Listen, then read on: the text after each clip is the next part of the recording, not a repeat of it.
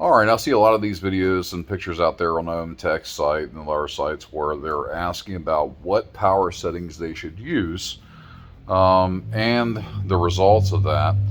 On this case scenario with this yellow cup, basically we have that cup is not ruined. Go get you some LA Awesome. You can get it at the dollar store for $1 a bottle.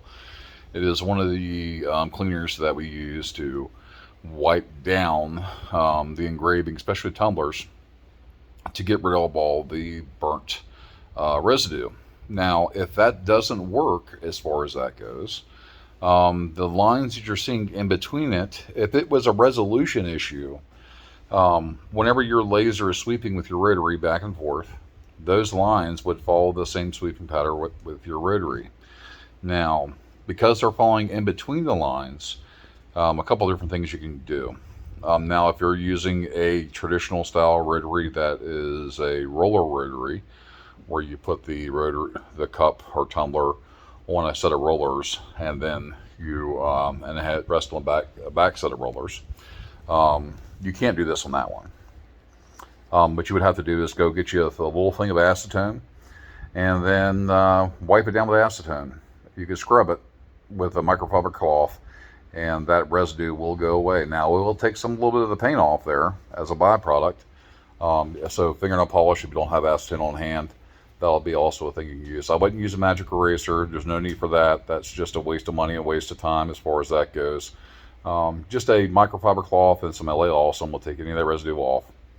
Now, if you're using a chuck rotary, what you want to do is go ahead and lock that in, and then burn it again.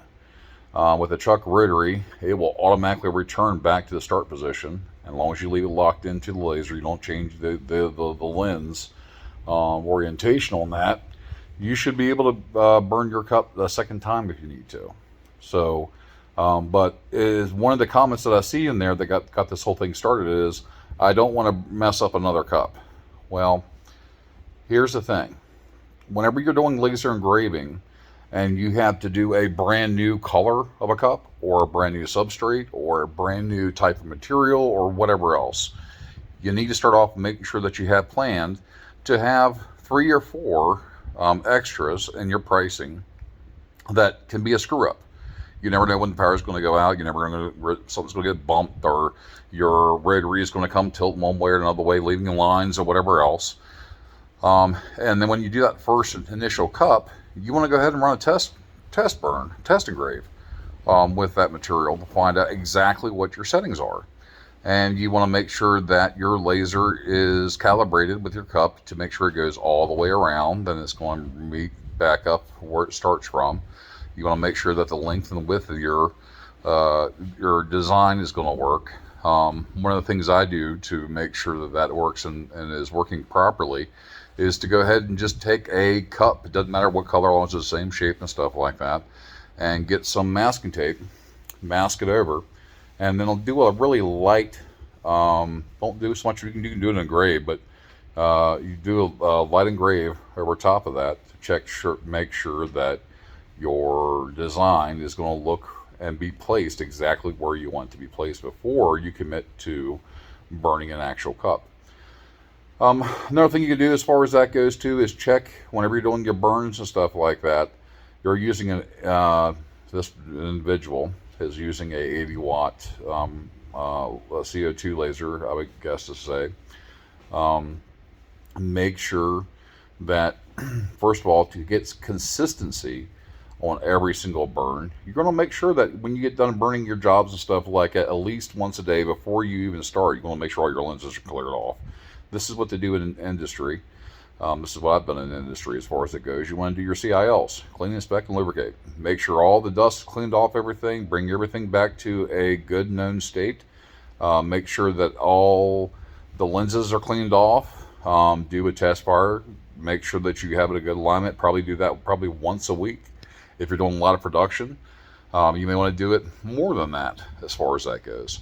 But you also want to make sure that all these bits and bobs, if you're actually making money on this and people are depending on you to get their product out and you have a lot of product to do, make sure you have extra parts and inventory on hand. So if you break it, you bust a lens, or something happens with your rotary or whatever else, there's a little prepper saying two is one and one is none. So make sure that you have extra of everything on hand, so that way when you make a promise to commitment to get something out by a certain time and date and the customer's relying on you, that you sold these things to, that you're able to fulfill your obligation to them. Because you know what they say, you know, if you piss off one person, they're going to tell 10 people. But if you make one person happy, you're lucky to get maybe tell one person.